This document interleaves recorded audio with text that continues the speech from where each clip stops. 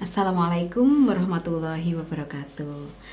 Ibu-ibu peserta pelatihan produksi sale pisang yang saya hormati, sebelumnya terima kasih ya, dan alhamdulillah hari ini kita bisa berkumpul ya dalam kondisi yang sehat, walaupun dalam kondisi pandemi ini pelatihan yang seharusnya kita lakukan dengan berkumpul bersama sekaligus praktek. Nah, pada hari ini tidak bisa kita lakukan dengan berdekatan dan juga praktek langsung karena harus ada protokol kesehatan ya. Namun alhamdulillah kita juga masih bisa kondisinya sehat. Kemudian kita bisa sharing bersama tentang produksi sale pisang. Nah, sebelumnya saya akan memperkenalkan diri saya terlebih dahulu. Saya Deviuni Susanti dari jurusan Teknik Pertanian dan Biosistem Fakultas Teknologi Pertanian Universitas Gadjah Mada. Baik ibu-ibu yang saya hormati, kita perlu bersyukur bahwa negara kita ini memiliki kekayaan alam yang luar biasa. Nah, dengan buah-buah tropisnya ya, yang rasanya luar biasa, yang tidak semuanya itu bisa tumbuh di semua negara. Di antaranya pisang. Nah, pisang merupakan buah yang sangat banyak disukai masyarakat ya. Ada pisang Cavendish, ada pisang emas, ada pisang susu yang biasanya itu kita bisa konsumsi langsung ya. Kemudian ada juga pisang yang perlu digoreng terlebih dahulu. Misalnya kepok, pisang tanduk. Namun ini juga luar biasa rasanya ya, apalagi di musim penghujan ya, untuk penghangat ya.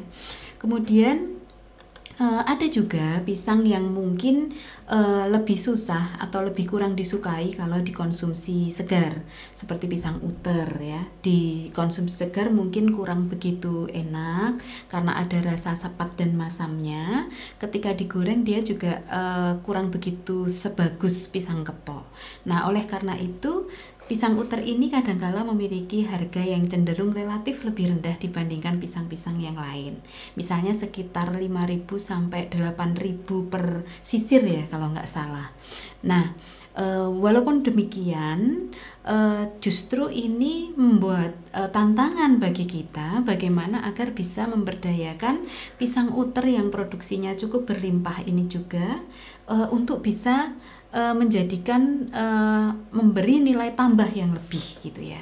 Nah, kemudian ternyata pisang uter ini adalah pisang yang paling cocok untuk dijadikan sale pisang, yang justru sale pisang itu malah justru bisa disimpan lebih lama daripada pisang-pisang yang dikonsumsi segar, daripada pisang goreng gitu ya. Kalau kita produksi sale pisang itu justru malah bisa berbulan-bulan, sehingga harganya pun mau kita pasang berapapun bisa gitu ya. Jadi sebenarnya asal ada ide kreatif, kita itu bisa memanfaatkan apa yang ada di sekitar kita menjadi nilai yang lebih bernilai jual tinggi gitu ya.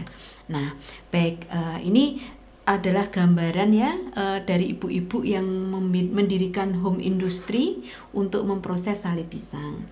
Nah, sale pisang sendiri ada beberapa macam ya. Ada sale pisang yang digoreng tepung gitu ya, yang seperti kita lihat di sekitar kita. Kemudian ada yang asap ya, diaromai asap. Nah, ini yang dulu saya sering lihat itu di daerah Banyumas itu ya. Pisangnya hitam-hitam, kecil-kecil, ternyata ada rasanya asap. Nah, ada juga yang bentuknya itu digulung. Nah, itu juga hasil kreasi.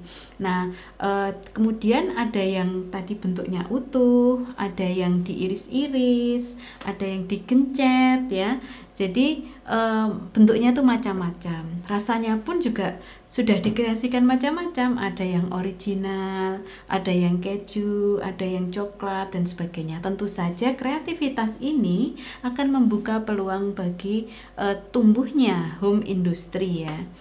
Tuh, nah.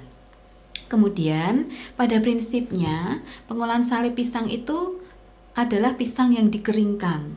Nah, bisa utuh, bisa irisan, ataupun bisa hasil pemipihan. Nah, bentuk-bentuk ini akan berpengaruh pada waktu pengeringannya. Tentu saja kalau utuh itu kan lebih tebal, sehingga kalau dikeringkan itu menjadi lebih lama gitu. Nah, proses pembuatan sale pisang yang pertama adalah pengupasan. Pisang dikupas terlebih dahulu, kemudian ada yang diiris-iris tipis, ada yang kemudian digeprek ya, ada yang utuhan, kemudian di pengeringan. Nah, dihamparkan di pengeringan, kemudian ada yang diberi asap, ada yang tanpa asap gitu ya. Kemudian setelah dikeringkan, untuk yang tanpa asap tuh biasanya terus ditepungi, digoreng, lalu diberi tambahan-tambahan rasa, lalu baru dikemas. Nah, ini adalah gambaran ketika mungkin kita melakukan pengirisan pisang ya, dikupas terus diiris-iris tipis gitu ya. Kalau sudah ahli ini pinter sekali, ini tinggal ditata di atas janjang bambu. Kemudian ada yang perlu digeprek gitu ya. Ketika perlu digeprek maka pakai alat ini ya. Nah, alatnya seperti ini. Nah, agar nanti dia tidak lengket, kita perlu bantuan plastik ketika proses penggeprekan. Nah, kemudian dilanjutkan dengan penataan sebelum dijemur. Nah, ditata yang rapi dan dilanjutkan dengan penjemuran. Nah, untuk penjemuran sebenarnya kan sama dengan pengeringan. Nah, kita akan berbicara tentang apa yang terjadi selama pengeringan itu. Nah, selama proses pengeringan kita lihat di sini, bayangkan ini sebagai hamparan dari irisan sale pisang ya. Nah, di dalamnya itu ada airnya, ada zat gulanya dan sebagainya, karena pisang kan manis ya, ada tepungnya dan sebagainya. Nah, kemudian ketika ada suplai panas ya, yang gambarannya ini garis-garis hitam. Nah, ini masuk ke dalam bahan baik dari atas ataupun dari bawah gitu. Nah, itu akan membuat partikel air yang ada di dalam bahan tadi itu berubah menjadi uap. Nah, setelah dia berubah menjadi uap kan terkumpul. Nah, sehingga tekanan uapnya tuh tinggi, lebih tinggi daripada udara-udara di sekelilingnya. Maka akan terjadi keluarnya uap tadi itu keluar, nah, ke udara pengering. Nah, tetapi uap yang keluar di udara pengering tadi bisa saja berkumpul di udara pengering sehingga udara pengeringnya jenuh. Nah, ini tidak mampu keluar lagi, maka di sini diperlukan hembusan udara pengering supaya uap yang sudah keluar dari bahan tadi bisa keluar, sehingga tekanan udara di dalam pengering itu bisa dipertahankan lebih rendah daripada di bahan, sehingga pengeringan bisa berlanjut terus gitu ya. Jadi pengeringan itu terjadi ketika tekanan uap bahan itu lebih tinggi daripada tekanan uap udara di sekitarnya atau pengeringan ya, udara pengering. Nah, kemudian menyebabkan terjadinya perpindahan uap dari dalam keluar gitu ya, dari luar keluar lagi gitu. Nah, seperti itu. Nah, jadi prinsipnya ada dua, yaitu yang pertama ada aliran udara pengering yang membawa panas. Nah, kemudian ada aliran udara pengering yang membawa uap air hasil penguapan tadi itu keluar, dipindahkan, sehingga proses pengeringan bisa berlanjut terus. Nah, pengeringan ini bisa terjadi secara alamiah maupun secara buatan. Nah, secara alamiah bisa dengan diangin-anginkan saja. Nah, kita taruh sale pisang tadi itu di atas atap, ada angin, bisa kering, atau dengan hembusan udara. Nah, itu bisa ditambah dengan kipas angin dan sebagainya. Ataupun bisa juga dikombinasi ya, ada udara pengering, ada pengasapan, sehingga nanti salenya itu agak-agak berasa asap. Nah, itu sesuai selera konsumen yang ingin kita tuju saja gitu. Nah, secara buatan penghembusannya tadi bisa dilakukan dengan paksaan, dengan adanya blower, dengan adanya exhaust fan ya, atau penyedot udara gitu, sehingga udara yang jenuh di dalam pengering itu dipaksa keluar oleh si alat. Nah, ini adalah gambar ketika kita mengeringkan di atas atap ya. Nah, tentu saja ini metode yang paling mudah dan paling murah atau cara konvensional. Nah, tinggal ditaruh di atas. Tetapi ini ada resikonya. Misalnya ada burung yang lewat, kemudian dia memberi hadiah ke sale itu, sehingga sale pisang menjadi tidak layak untuk dijual ataupun dikonsumsi karena sudah terkontaminasi. Belum lagi debu. Nah, debu-debu bertebangan, anginnya pas besar gitu ya, atau asap kendaraan bermotor. Nah, sehingga sale pisangnya itu berwarnanya agak-agak kehitaman gitu. Nah, di samping itu juga membutuhkan tempat yang luas, atapnya harus luas, terus kemudian tergantung intensitas sinar matahari. Kalau misalnya mendung gitu ya, tidak kering-kering gitu. Terus kemudian atau ketika hujan, nah bingung untuk menurunkannya. Nah, ini beberapa kelemahan pengeringan konvensional ya. Ini juga gambaran dari pengeringan konvensional yang dihamparkan di atas tiang-tiang kayu ya. Nah, untuk membantu ini agar lebih higienis, mungkin ada yang menambahkan dengan tambahan plastik ya di atasnya. Nah, pengeringan sinar matahari seperti tadi kita bicarakan bisa dilakukan secara langsung, tetapi memiliki kelemahan. Yang pertama, butuh tempat yang luas. Yang kedua, butuh waktu yang lama. Yang ketiga, tergantung intensitas atau kuatnya cahaya matahari. Kalau terik sama mendung beda. Kemudian tergantung cuaca. Ketika musim penghujan mungkin sering hujan gitu ya. Jadi harus dibuka, tutup, digulung, digelar lagi gitu, dan akhirnya malah berjamur, akhirnya produknya malah rusak. Nah, itu kan menjadi satu kendala ketika kita itu mau memproduksi ya. Jadi ini merupakan titik kritis dari produksi bahan-bahan pertanian di negara kita yang tropis ini ya gitu. Nah, kemudian memungkinkan terjadinya kontaminasi sehingga kurang higienis. Maka kadangkala solusinya adalah dengan modifikasi dari sinar matahari tadi, ataupun dengan menggunakan bantuan semacam mesin pengering ataupun oven ya. Tapi di sini ada perbedaan antara oven dan pengering, yaitu kalau oven itu matang. Nah, kalau pengering itu tidak matang tapi kering. Nah, ini ada satu cerita ketika dulu kami itu melakukan kerjasama dengan UKM Sale Pisang ya di daerah Mangunan. Nah, itu dulu UKM-nya pernah mencoba untuk mengeringkan sale pisangnya itu dengan menggunakan pengering kayu ya, dengan pengering kayu. Nah, dengan harapan bisa kering cepat, maka dia banyak itu memasukkan ke dalam pengering kayu. Tetapi apa yang terjadi? Ternyata tidak kering, justru malah menjadi matang dan berkaramel, keluar airnya gitu ya. Nah, jadi proses pengeringan sale ini sangat spesifik, tidak bisa kita menaruh di atas tungkunya itu ya, karena yang terjadi adalah pemasakan gitu, bukan pengeringan. Dan di samping itu tidak ada suplai udara yang menghembuskan uap tadi. Nah, ini adalah pengering modifikasi dari sinar matahari yang diterapkan di UKM di Mangunan saat itu ya.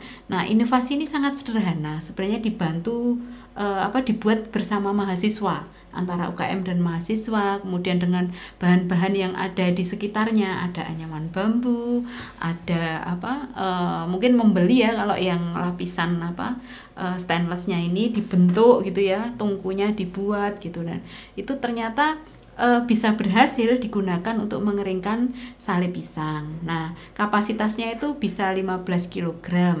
Terus kemudian sale pisangnya itu ketebalannya sekitar 0,5 sampai 1 mili. Kemudian ini hasil perhitungan beban pengeringannya dan kebutuhan udara pengeringnya itu dihitung ya saat itu. Ini adalah contoh hamparan ketika dia dimasukkan di dalam pengeringnya gitu.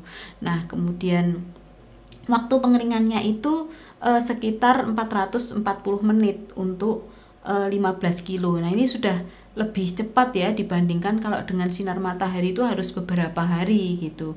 Nah, kadar airnya dari sekitar 68% turun menjadi sekitar 15,67% atau 26,18%. Jadi memang kalau sale pisang itu tidak sampai kering seperti keripik, tapi agak liat-liat gitu, terus kemudian digoreng dengan tepung gitu ya. Nah, itu untuk perhitungan konsumsi bahan bakarnya juga sudah dilakukan. Nah, mesin tadi itu atau pengering tadi itu cukup efisien ya untuk membantu pengusaha sale pisang saat itu. Nah, kemudian ini mungkin cerita tentang suhu-suhu yang ada di dalamnya. Jadi pengeringannya itu enggak perlu suhunya tinggi sekali kayak oven roti itu enggak. Jadi suhunya cukup sekitar 40, 50, 60 gitu, asal ada hembusan anginnya tadi itu bisa kering dan tidak matang gitu. Nah, ini adalah perubahan kadar air yang ada di masing-masing raknya ya. Jadi ini sudah dievaluasi pengeringannya. Nah, kemudian setelah pisang itu setengah kering atau agak-agak kering gitu ya, kemudian dilanjutkan dengan proses penggorengan.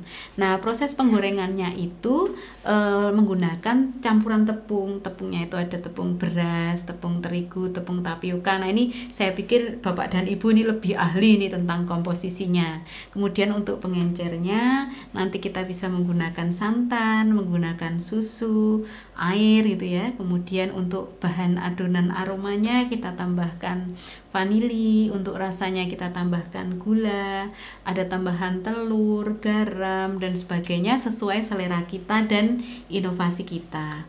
Nah, kemudian dilanjutkan dengan proses penggorengan.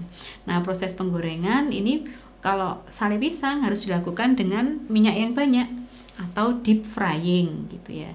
Nah, setelah selesai kemudian tiriskan minyaknya, mungkin yang terikut di dalamnya itu kita tiriskan dengan menggunakan spinner, diputar ya, kayak sistemnya itu kayak mesin cuci itu ya, sehingga dengan gaya sentrifugal minyaknya itu keluar gitu ya, jadi akan memancar keluar karena tepi-tepinya itu lubang.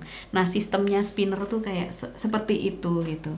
Nah, setelah kita mendapatkan sale pisang yang kering dan renyah tadi, kemudian kita bungkus. Nah, karena bahan yang sudah digoreng atau keripik-keripik itu kan memiliki pori-pori yang banyak gitu ya, dan kemudian dia itu rentan terhadap kembalinya uap air yang tadi dia keluarkan itu tadi. Nah, sehingga kita tidak aneh ketika keripik kita itu menjadi melempem ya, atau kadar airnya tinggi lagi, dan nanti bisa berefek juga pada tumbuhnya jamur, perubahan aroma tengik dan sebagainya. Maka setelah selesai itu yang penting adalah pengemasannya.